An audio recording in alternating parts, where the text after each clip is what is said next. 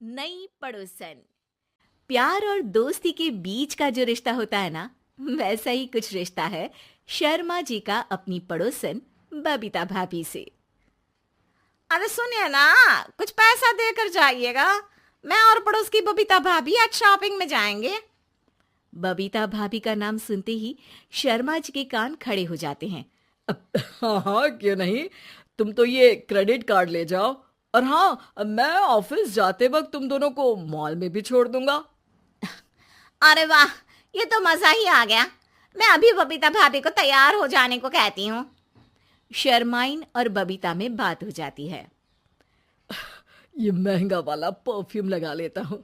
भाभी जी बगल में बैठेगी तो इम्प्रेस हो जाएंगी। दोनों मियाँ बीवी घर से बाहर निकलते ही है कि शर्माइन बगल वाली सीट में बैठती है। अरे तुम पीछे जाओ ना। अरे पीछे का है? अरे तुम ड्राइवर लगोगे ना, मैं और बबीता भाभी पीछे बैठ गए तो। अरे नहीं नहीं, वो तो आगे बैठेगी। और क्या बात है, कुछ ज्यादा ही जज्बात नहीं उछल रहे हैं तुम्हारे? मैं उतर रही हूँ, कैब से चली जाऊंगी। अरे मेरी प्यारी बुलबुल, वो मेरा ऑफिस का बैग देख रही हो ना। हाँ तो रोज ही तो देखते हैं, आज का नया है? अरे उसमें ना ऑफिस का कैश रखा है। अब ये बबीता भाभी का तो कोई भरोसा है नहीं। चोर तो लगती है तभी तो। अरे कहाँ कहाँ तभी तो। अरे कैसे चोर लगती है वो तुम्हें? कहाँ चुरा लिया उसने तुम्हारा? अब क्या बताऊं। मतलब कि अब पैसे गायब हो गए तो शर्मा शर्मी में कुछ बोल भी नहीं पाएंगे। तुम बैग पकड़कर पीछे बैठ जाओ, वो आगे बैठ जाएंगी। होता भी ऐसा ही कुछ है। बबीता जी बैठ जाती है शर्मा बाबू के बगल में। अब जो कार स्पीड ऑफिस जाने के लिए 70 होती थी, वो 40 में आकर अटक जाती है। अरे क्या बात है, आज तो आपकी कार चली नहीं रही है। बबीता जी जोर से सांस लेते हुए कहती हैं, "आह, ये कैसी प्यारी सी महक है। अरे लगता है मेरा परफ्यूम है, लेकिन मैंने तो लगाया नहीं। अरे वो लगता है गलती से मैंने। अरे शर्मा जी, लेडीज परफ्यूम। अब जी जी, वो बाजार आ गया। अच्छा, आप लोगों का अगर टाइम लगेगा तो बता देना, मैं आ जाऊंगा लेने। अरे नहीं ना, ठीक है जाओ अब ऑफिस। हाँ, वैसे ही लेट हो रहे हो कब से। बाय बाय भाभी जी, अच्छे से शॉपिंग करिएगा। जी बिल्कुल। अगले दिन। अरे सुनिए तो, शाम को जल्दी आ जाइएगा, वो बबीता भाभी है ना। अब कौन बबीता भाभी? याद नहीं आ रहा। अरे वही वाली जिसके साथ आपने हमें मार्केट में छोड़ा था, याद नहीं का? अरे कौन वो पतली लंबी काले काले बालों वाली हिरण जैसी आंखों वाली, वही ना। अरे याद नहीं आ रही अच्छे से। वाह जी वाह। अरे और कितना याद रखोगे? उन लोगों के घर हमारा आज रात का खाना है, टाइम से आ जाना। शर्मा और शर्माइन पड़ोस की बबीता भाभी के घर खाना खाने जाते हैं, जहां बबीता का पति कहता है, अरे आइए आइए भाभी जी, आप ही का इंतजार हो रहा था। देखिए, आज सब्जी मैंने खुद आपके लिए अपने हाथों से बनाई है। अच्छा, तो कभी हमारे घर भी आइए। खाने में मैं भी खिलाऊंगा बबीता भाभी को अपने हाथ का कोरमा मसाला। अगर आप दोनों की खुद की तारीफ हो गई हो तो थोड़ा बैठकर बात कर लें। अरे बबीता जी, आपकी शादी अरेंज्ड मैरिज लगती है, तभी आप कहाँ इतनी सुंदर। और भाई साहब। अरे नहीं नहीं, हम लोगों की तो लव मैरिज थी।